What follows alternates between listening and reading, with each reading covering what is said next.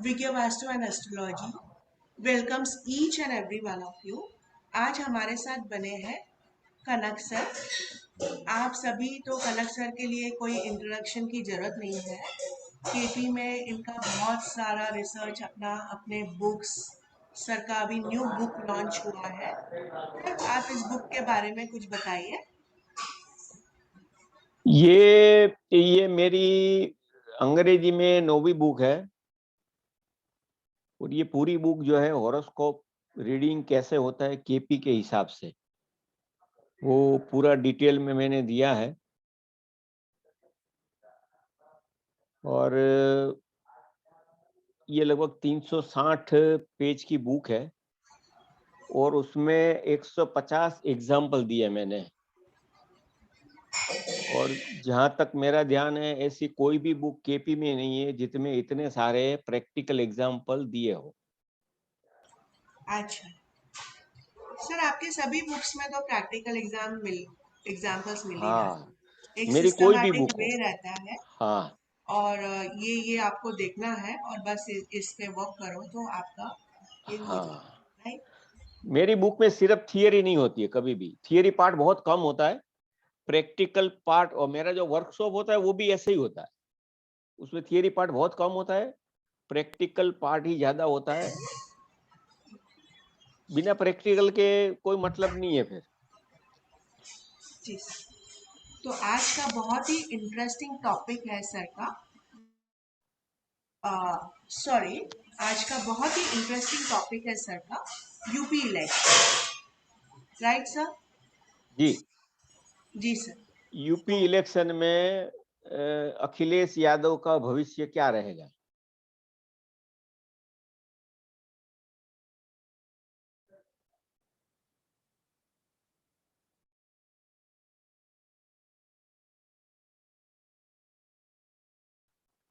मेरी आवाज आ रही है आपको? जी सर, जी सर, जी, आ रहे। अच्छा। तो ये जो इलेक्शन है इस बार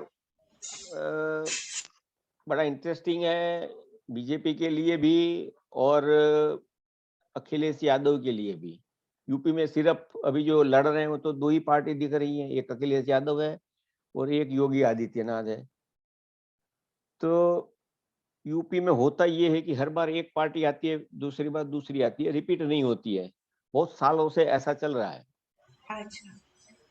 तो इस बार योगी जी है, तो मैंने यही देखने की कोशिश की है कि अब इस बार जैसे हर बार होता है रिपीट नहीं होंगे और अखिलेश जी आएंगे कि नहीं।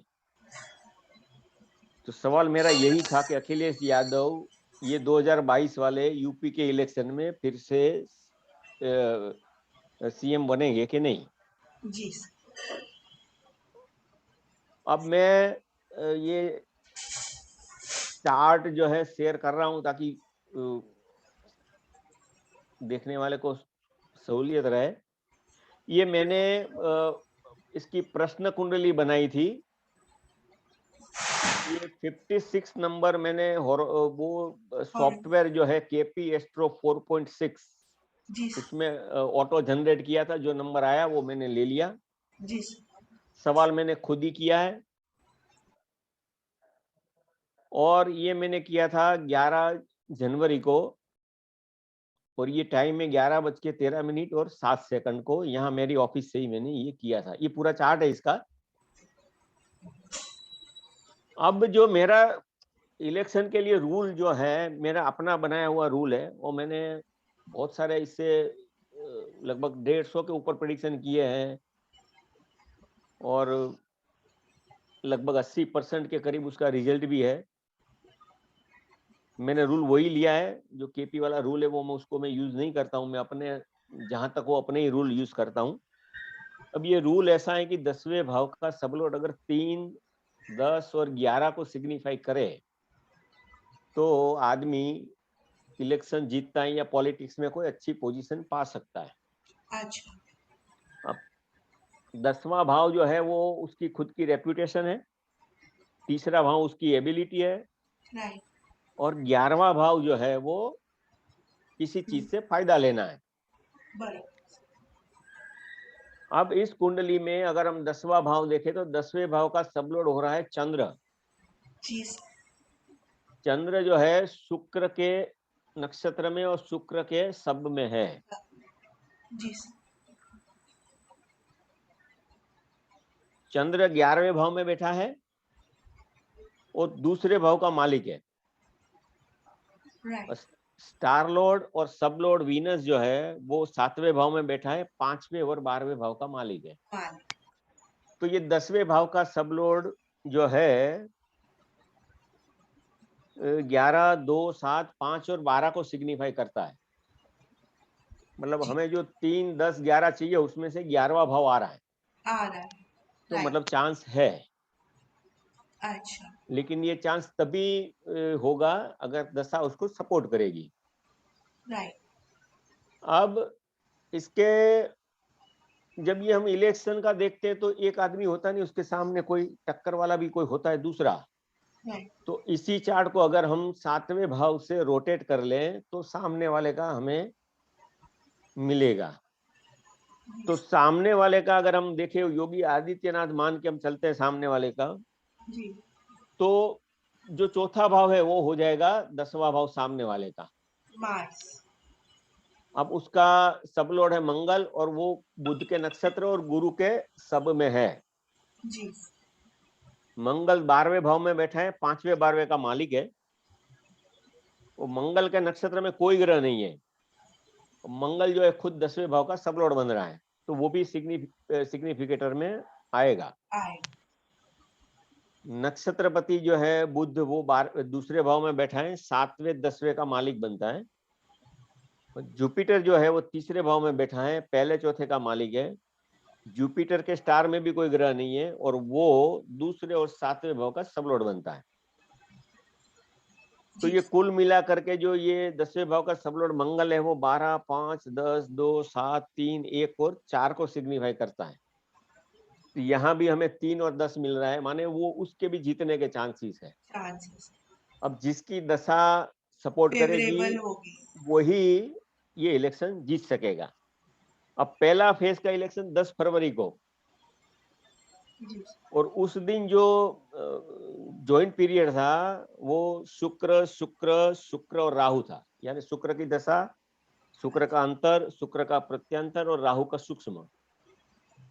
ठीक तो जो शुक्र जो है वो अपने ही स्टार में है और शनि के सब में है। शुक्र 7वें भाव में बैठा है, 5वें 12वें का मालिक बनता है। और जो सबलोड है शनि वो 8वें भाव में बैठा है, 8वें और 9वें का मालिक बनता है। यानी ये जो शुक्र है वो 7, 5, 12, 8 और 9 भाव को सिग्निफाई करता है। इसमें 3, 10, 11 कहीं नहीं आ रहा है। कहीं भी ओके यानी दशा उसको बिल्कुल सपोर्ट नहीं कर रही है। जी अब अगर हम जो रोटेट चार्ट है हमारा 7वें भाव से, जी उसमें अगर हम दशा को एनालाइज करें तो वीनस जो है वो पहले भाव में बैठा है, 6ठे 11वें का मालिक बनता है। और सबलोड जो शनि है वो दूसरे भाव में बैठा है और 2 और 3 का मालिक बनता है। यहाँ पे हमें 3 और 11 मिल रहे हैं। जी यानी अखिलेश यादव के लिए दशा बिल्कुल सपोर्टिव नहीं है, लेकिन योगी योगी के आदित्यनाथ लिए के लिए बिल्कुल सपोर्टिव है। तो मुझे नहीं लगता है कि जैसा इतने सालों से चला आ रहा है कि अखिलेश यादव जो है वो इस बार आ जाएंगे। इस बार फिर से योगी जी इतने साल का रिकॉर्ड तोड़ करके फिर से यूपी के सीएम सीएम बनेंगे। बने बहुत ही सिंपल सर एकदम 1 मिनट में पता चल जाता है आपका जी सॉफ्टवेयर अभी रिसेंटली मैंने किसी से देखा था कि कैसा है बहुत ही अच्छा सॉफ्टवेयर बनाया आपने बहुत ही वाला नहीं, वो सॉफ्टवेयर मेरा नहीं है। ये अच्छा सॉफ्टवेयर में कृष्ण मूर्ति, वो रंगराजन कृष्ण मूर्ति उनका है, मेरा अच्छा दोस्त है। हम्म, और मैं लगभग मैं समझता हूँ 97 से मैं उसका सॉफ्टवेयर यूज करता हूँ। अच्छा और सो ये वाला वही सॉफ्टवेयर है ना सर जी इसी सॉफ्टवेयर से मैंने ये चार्ट जनरेट किया है। हाँ जी सर और वो सॉफ्टवेयर के अंदर जो केपी के स्टूडेंट को चाहिए वो सब कुछ उन्होंने रखा हुआ है, तो जितने भी मेरे स्टूडेंट हैं उनको बड़ी आसानी होती है काम करने में। अच्छा, बहुत बढ़िया सर। सर तो ये बहुत ही जी, simple method, and thank you sir for being so simple in KP astrology. नहीं तो हम लोग बहुत सारा ये भी देखो वो भी देखो, बट आपका 2 स्टेप्स में खत्म हो जाता है सब कुछ। मेरे मेरे बहुत से मित्र मुझे कहते हैं कि अ, जब भी कहीं मैं जाता हूँ या कहीं किसी से बात करता हूँ तो बिल्कुल शॉर्ट बात होती है, कहते हैं यार केपी ऐसा है कि इसमें बोल नहीं पाते हैं ज्यादा। हाँ। अब वैदिक में हमारे पास इतने सारा है कि हम 2 घंटे 3 घंटे अगर बोलना है तो बोल सकते हैं। जी सर। लेकिन मेरा ये मानना है कि ज्यादा बोलने से अच्छा है कि अच्छा रिजल्ट कैसे मिल जाता है वो मेन चीज है। ज्यादा बोलने से कोई मतलब नहीं है। करेक्ट, करेक्ट, बहुत ही सुंदर। Viewers, go and watch this video, it's very simple. और एक बात जरूर कहना चाहेंगे कि ये सर की प्रेडिक्शन है।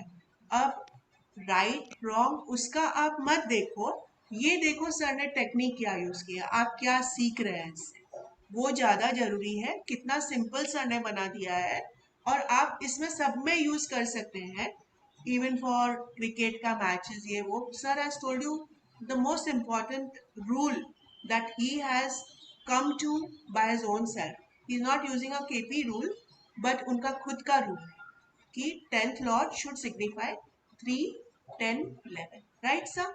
जी, ये आप क्रिकेट में यूज करते हैं, किसी को मिनिस्टर बनना हो, किसी को जी। कंपनी में डायरेक्टर बनना हो, यानी कोई भी हायर पोस्ट के लिए आप ये रूल यूज कर सकते हैं, बिल्कुल कर सकते हैं।